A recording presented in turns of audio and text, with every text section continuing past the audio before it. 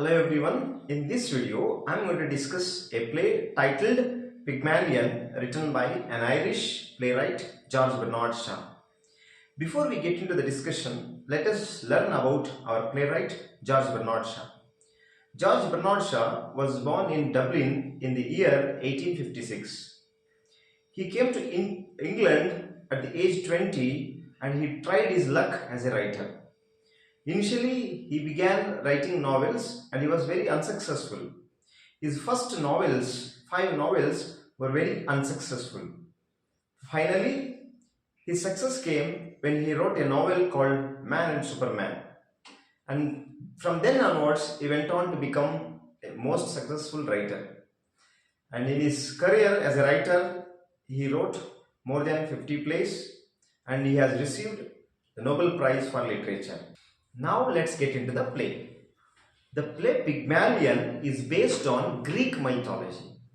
According to Greek mythology, there was a sculptor called Pygmalion. A sculptor who was very strange, who had no interest for women, who was hating women. He could find nothing good in them. He treated women as blocks of dead wood. As a result, he had decided to remain unmarried for the whole life. However, once he carved a statue of a woman out of ivory. The statue was so beautiful, it was so perfect that no human being's beauty could match it. And as a result, he fell in love with his own statue. He had a wish that it could turn to a human being. Once in a festival, Pygmalion prayed to the goddess of love, Aphrodite, and requested if that statue could turn to be a real woman. To his amazement, when he reached home, the statue was turned to be a real woman, and he marries the woman and he named her as Galatea. Based on this Greek mythology, George Bernard Shaw wrote a play and named it as Pygmalion. And like in the Greek mythology, in George Bernard Shaw's play also, we see a similar character, like the sculptor, who is none other than Professor Henry Higgins. He was a professor in phonetics. He was very strange. He was not at all interested in women. He hated them. He could find nothing good in them. However, in this play, he picks up a flower girl who is very ugly and unrefined with respect to speech and behavior, and he changes her into well-refined, well-mannered girl like a duchess. And now let us understand the whole process of changing that flower girl into a well-refined woman like a duchess in this play. And before that, let's have a look at the characters of this play. The first and foremost important character of this play is Professor Henry Higgins, who is the professor in phonetics. And the second important character of the play is Eliza Doolittle, who is a flower girl, who is ugly, not so good looking, unrefined Cockney girl. And we have another interesting character called Colonel Pickering, who is a professor in Sanskrit from India. And we have Alfred Doolittle, Eliza's father. And we have Mrs. Higgins, who is Henry Higgins' mother. And we have Mrs. Fierce, Henry Higgins' housekeeper. And we also have a family, Hensford Hills, her daughter Clara, and her son Freddie. So these are the important characters which come in this play. Now let us begin our discussion about the play Pygmalion. The play begins at London's Covent Garden as a group of people gather at St. Paul Church to take shelter due to heavy rain. Among the people are Eliza, the flower girl, Colonel Pickering, and Henry Higgins. And among them, we also see a family, Hensford Hills family, Hensford Hills, Clara and Freddie. They were also there taking shelter under the portico of St. Paul Church. As Freddie goes out to get a cab, He accidentally knocks away the flower girl and ruins all the flowers. And Freddie's mother, Ensford Hills, is surprised to see Eliza calling Freddie by his name. And she wonders how this Cockney girl can know her son's name. And later, she learns that Eliza calls every stranger either with Freddie or Charlie. And after this incident, everybody in the group notices that there is a note taker. And the note taker is observing everybody's behavior and he is taking note of everybody's speech. And they all suspect that he is a police officer. Later, that note taker introduces himself that he is a professor in phonetics. And after that, he also says that he has been taking note of everybody's speech for his studies.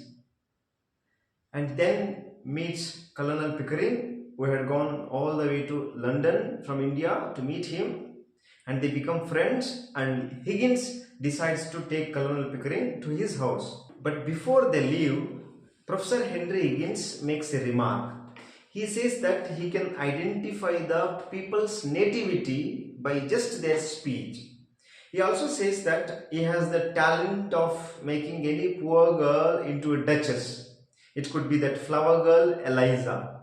He says that he can change that flower girl Eliza into a duchess in just 6 months. Looking at this kind of remark, everybody is amazed. But the next day, taking Higgins' words so seriously, Eliza Doolittle goes to Professor Higgins to take lessons on proper English. She wanted to learn proper English to get a job at flower shop. She was selling flowers in the streets. She wanted to get a job at flower shop, so she wanted to be refined girl. Initially, Professor Higgins refuses to accept her as a student, but later, when Colonel Pickering throws a challenge at Higgins, he accepts her as a challenge, and now he decides to conduct an experiment with that flower girl. He wanted to see if he could change that Cockney girl, a poor girl, unrefined with respect to speech and behavior, whether he wanted to he wanted to see whether he could change that girl into a duchess. That was just an experiment. Colonel Pickering decides to sponsor the entire experiment. After accepting Eliza as his student, Professor Higgins asks his housekeeper, Mrs. Pierce, to make all the arrangements for Eliza's stay. As she is engaged in the lessons, her father, Alfred Doolittle, comes to Higgins' house and he demands money from Higgins. Alfred Doolittle was the father of Eliza. No, he was not responsible father. He was a drunkard. He was no dustman. He was there just to demand money from Professor Henry Higgins. And he gives him £5 and he leaves. And after that, Professor Higgins continues to give his lessons. And he not only teaches Eliza to learn proper English, he also teaches her how to behave properly. But Eliza was very quick learner. She was very hard working.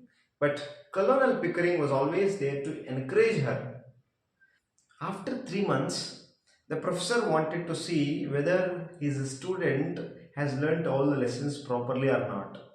So he decides to conduct a kind of midterm examination for Eliza. And this happens at his mother, Mrs. Higgins' residence. Mrs. Higgins was staying independently because she wanted to keep herself away from her son because of his strange experiments. When Professor Higgins initially expresses his intention of conducting that examination at her residence, Mrs. Higgins refuses initially as she was expecting some guests. She was expecting the guests like Mrs. Hinsford, Clara and Freddie. But later, Professor Higgins manages to convince her and it is decided to have the examination at Mrs. Higgins' residence. When all the guests arrive, Eliza is presented. She performs well. She manages to speak well, and she commits no mistake.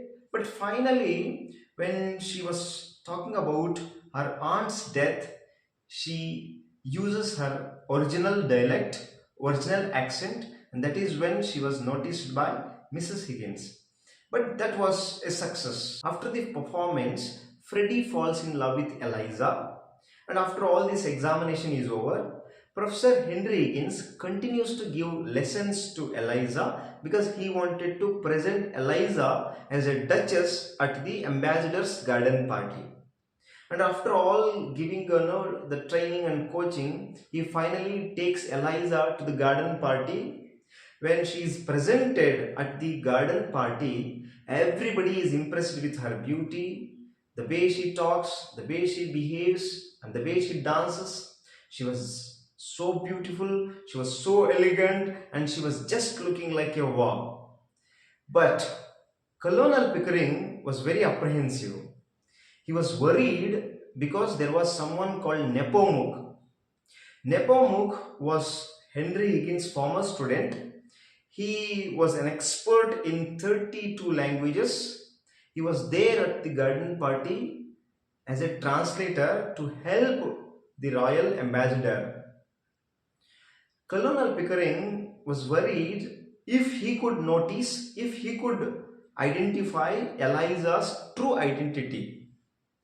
But finally, Nepomuk cannot identify that she is a cockney girl, that she is a flower girl. He cannot identify that.